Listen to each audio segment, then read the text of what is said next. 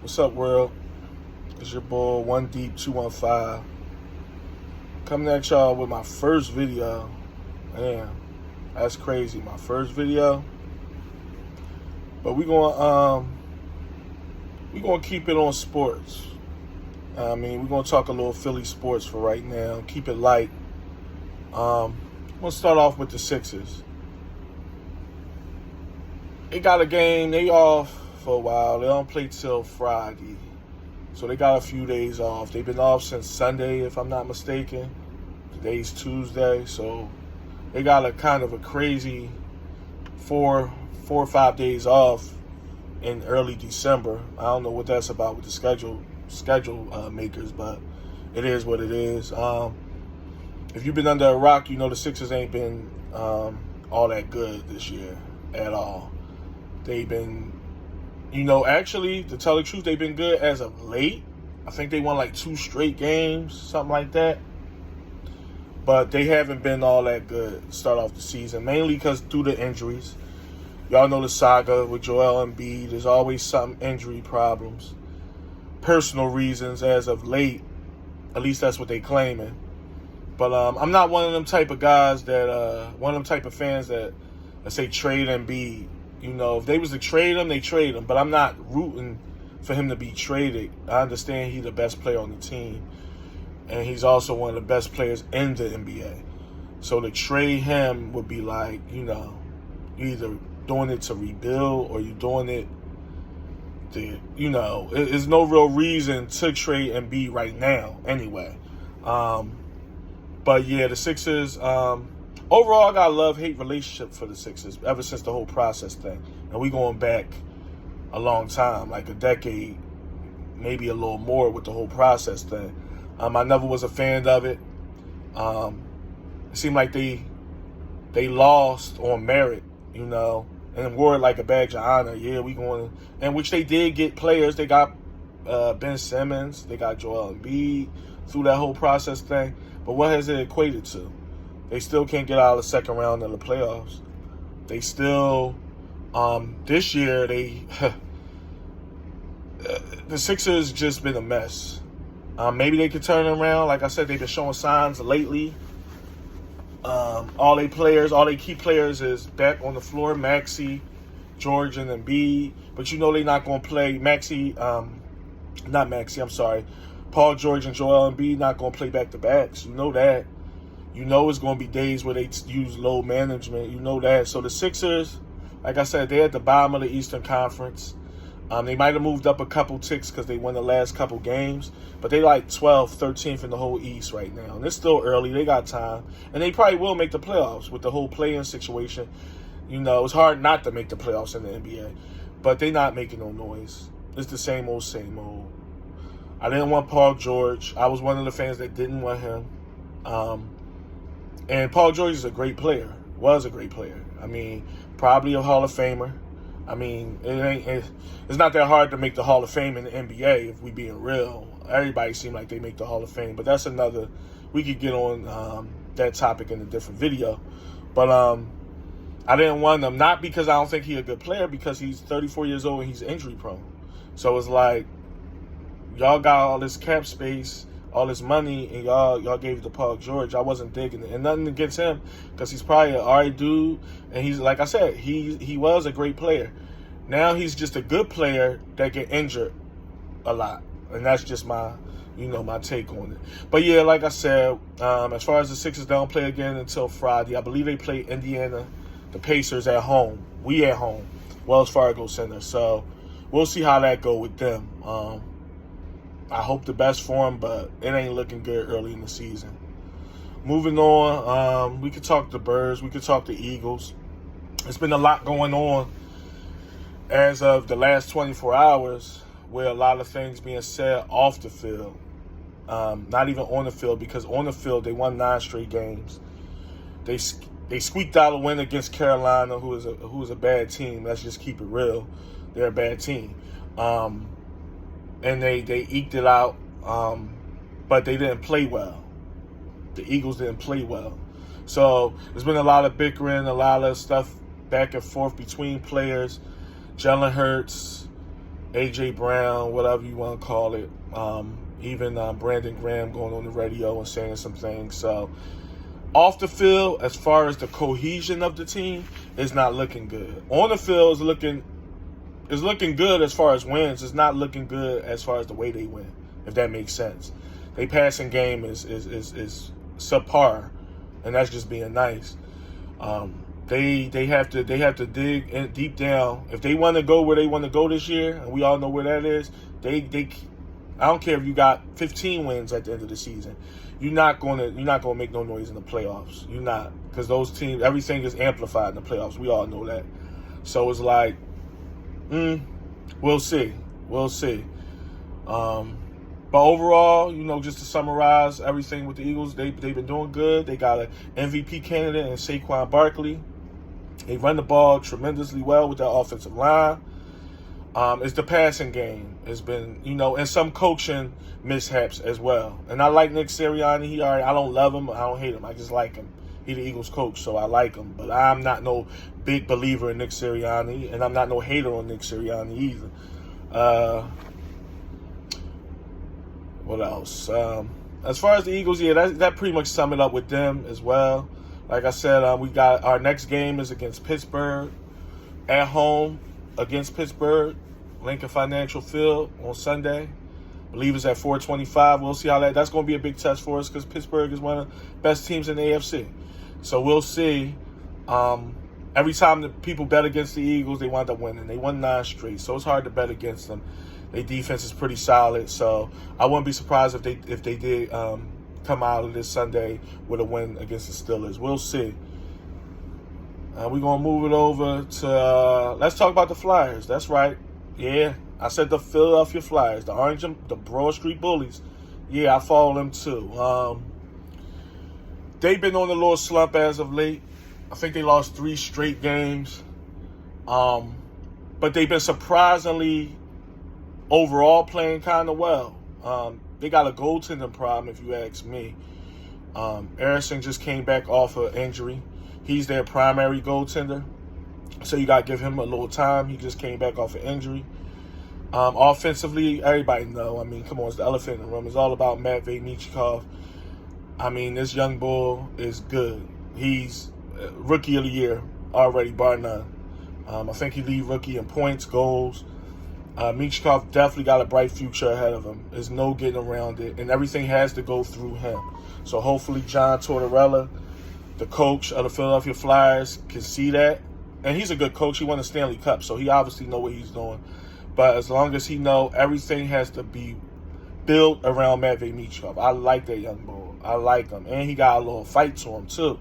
So it's like, man, you can't lose. He's still young, so he's out there he's still a novice to some things because he's young. 19 years old, not even 20 yet. Or just turned 20 one way or the other. He's the real deal. Trust me, he's going to be here for a decade plus unless something go crazy left. And then, that'll be another story. But Travis Konechny, playing well. He lead the Flyers in points. I believe he lead the Flyers in goals as well. All the Michkov stats I was given, that's just amongst rookies in the whole league. But overall, Travis Konechny been that bull for the Flyers. And it's nice to see because he's that guy that I always liked, but he never really. I think he scored 30 goals like 2 years ago, which was nice, or close to 30. Last year was kind of a down year for him, so he looked like he picking it up this year. Owen Tippett, another name that y'all might hear about a lot on the Flyers. He's been scoring goals as of late, but he still don't have as many goals as he should. Owen Tippett is a scorer, not like a 40-goal scorer, nothing like that. But his job is to put the puck in the net. That's his job. He's not a guy that's going to make a lot of plays passing the puck or nothing like that. So he has to step up. But like I said, the last few games he has been scoring. I think he got like 4 goals in the last 5 games or something like that. I've been following the Flyers. I always have. Ain't nothing new. I'm just a sports fan, so when people be like, oh, it's only Eagles or Sixers, no, it's 2 other teams in Philly that people talk about, but I'm just saying it's all about Sixers and Eagles for some reason. I don't get that. And I love my Eagles and I love my Sixers, but, I definitely follow orange and black. And like I said, I think they playing like 500 hockey right now. They got a record like 13-4, something along those lines. Like I said, nobody expected the Flyers to do anything this year. This is still a rebuild. They almost made the playoffs last year.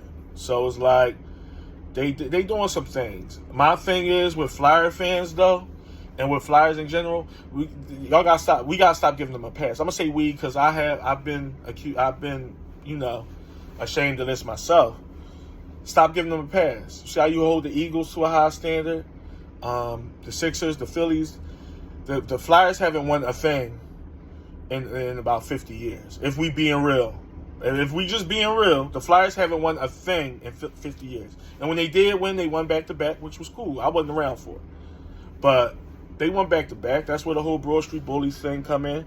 But if you haven't won in 50 years, you can't get a pass. Same thing with the Sixers. They haven't won nothing in over 40 years. So we just being real, like, there's no passes, and that rebuild thing, I get that, is teams that has to do it. You can't get nowhere without retooling. But you got a short leash. And the Flyers got a short leash in my eyes. And like I said, getting back to my point, fans got to stop giving a baby in the Flyers because they haven't won a damn thing. Now, have they made the playoffs in the long stretch in the 90s and the early 2000s? Yes. People forget about that too. It was a point where the Flyers made the playoffs every season for like damn near 20 years straight, from the mid-90s to the mid-2000s. Early 90s, if you want to be technical. They was on the run and made the Stanley Cup maybe like once or twice in that time frame, but they was a shoe-in to make the playoffs. But that's not good no more because the Sixers make the playoffs every year, and they ain't shit. They can't get out of the second round. That's another thing. Can't baby the Sixers either. They haven't won anything in 40 years. But not to get sidetracked, so we did Sixers, we did Eagles, we did Flyers. You know who's left. My favorite team in the city, if we being real, the damn Phillies. I mean, the boys of summer. Obviously, they're not playing right now. It's the off season. The Phillies, they ain't really been making no noise in trades and nothing like that. Juan Soto went to the Mets. I'm sure everybody know about that. That's a baseball fan, which is not a good thing for the Phillies because that's one of our division rivals, So, and Juan Soto is the truth. He's the real deal. So I knew the Phillies wasn't going to get him, or probably wasn't even really going for him. So it ain't no surprise. Why the Phillies ain't get Juan Soto? I ain't saying that because they wasn't trying to get him.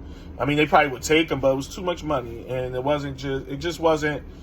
I'm not mad that the Phillies don't got Juan Soto. That would have been a diamond in the rough for us, trying to pull that off. But outside of the whole Juan Soto thing, the only real news on the Phillies has been Alec Bohm. I think they trying to trade him. There's been talks back and forth. Is they trade him? Is they not trading him? Nobody really know besides the people in the front office. But my position on Alec Bohm, I like him. He do got some things with him. He is a good player. He's a good hitter overall. He don't have as much power as I would like from a third baseman with that size frame. But he's a good hitter. He's average defensively. If they was to trade him, it wouldn't be the end of the world. But, what you going to get back for him? The only teams I've really been hearing is the Kansas City Royals and I think the Chicago White Sox, two American League Central teams. We'll see how that go. I mean, if they bring him back, it's fine. If they trade him and get something nice back, get some pitching up in here, they definitely can use some hitting, especially if they lose him. So depending on what they get. But I'm no Bohm hater. I'm no Bohm lover. I like the guy. I mean, overall I like him. He wear the pinstripes. I mean, it is what it is. But overall, my thoughts on the Phillies, disappointing season last year. Disappointing ending. You can't lose like that in the playoffs. You can't lose to that team in the playoffs the way you did. You just can't. And it made the season before last look even that worse. When they lost to Arizona. So the Phillies, they my favorite team, and I'm gonna stand on that. They is my favorite team in the city. But you can't go out like that. So make no bones about it. I'm no Phillies apologist. I'm gonna keep it real. And it was what it was, what happened last year. But y'all window is closing. The window is closing for the Phillies. It's not closed because you got some core players that's in their prime. I hope Trey Turner get his act right. I mean, he's not a bum by any stretch. He's not playing up to his contract and his full potential. And I'm not really one of them guys that be like, oh, he got all this money, and because it ain't my money. Same thing with Tobias Harris years ago. People used to knock him. He ain't put a gun in their head and make them, give him all that money. He going for a bag like everybody else. Did he play to the money? No. But Tobias Harris was an okay player. He just fold under pressure. And he just do. He don't have a clutch gene in him, a clutch bone in his body. He don't. I think he let the naysayers get to him a lot. He hear what's going on and get to him on the court. So, not to get sidetracked because we talked about the Sixers already, but I'm not, with Trey Turner, I'm not one of them people that be like, oh, they gave him all this money, and now look. It's like, but we know what you are. We know what you did in Washington, D.C. We know what you did in Los Angeles. You better than what you've been playing for the Phillies the last few seasons, and which hasn't been horrible, but it's been average. And you're not supposed to be an average player. So we'll see how that go. We'll see what how he's a key figure next season. Bryson Stott, another one, not on Trey Turner's level at all, but he had a down season last year. It is what it is. I know everybody loves some Bryson Stott, but he didn't play well this season that just passed. If we being all the way funky about it, he didn't play well at all. Like, I mean, he didn't. It wasn't horrible, but he had a bad season. JT, another one of my favorite players on the Phillies, didn't play well. I mean, especially in the playoffs, man. You got no hits. So it's things that we got to work on. Now, they're going to pull some of his workload back because they need to. He can't catch every game. 6 out of 7 games, he can't do it. It's taken away from his production. So they is going to scale back with him, make him more of a traditional catcher, play 3 games off, 1 game. Play, obviously no day game after night game, obviously, but he got to get it going because you're a defensive catcher. Your defense is impeccable, but you was also known as an offensive guy as well. You ain't show it at all last year. You had some hits here and there, you had some home runs here and there, but no, JT, we just gotta see.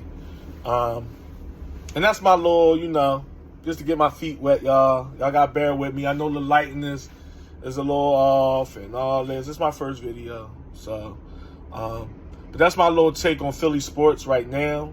I'm gonna dive more into, I'm not just a Philly, sport. I love sports in general. So I'll go national with it. We're gonna have a little top 5 list, Hall of Fame list.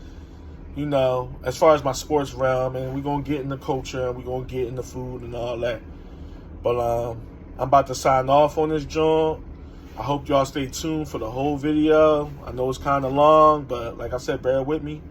And I see y'all in the next one. Peace.